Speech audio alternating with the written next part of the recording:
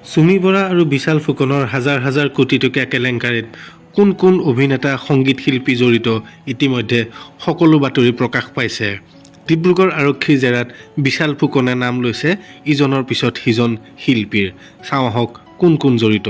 নমস্কাৰ বন্ধু বান্ধৱীসকল, স্বাগতম জনাইছোঁ ঋষি এণ্ড আমদি চেনেলৰ এটা নতুন ভিডিঅ'লৈ। সুমি বৰা আৰু তেওঁৰ স্বামী তাৰ্কিক বৰা ইতিমধ্যে পলাতক হৈ আছে যদিও বিশাল ফুকনক কৰি থকা আৰক্ষীৰ মাৰাথান জেৰাৰ পৰা প্ৰকাশ পাইছে বহুকেইজন নামী দামী শিল্পীৰ নাম। চাওঁ আহক কোন হয় এইসকল। সুমি বৰাৰ লগত বিদেশ ভ্ৰমণত যোৱা আদিত্যম শইকীয়াৰ উপৰিও নীলাক্ষী নেওগৰ নামো লৈছে বিশাল ফুকনে আৰক্ষীৰ জেৰাত। আৰু তাৰ উপৰি নাম লৈছে অভিনেতা যতীন বৰা, প্ৰস্তুতি পৰাশৰ, মন্টুমণি শইকীয়া, গীতালী দেৱী, দিkshu শৰ্মা আৰু দীপলীনা ডেকাৰ নাম।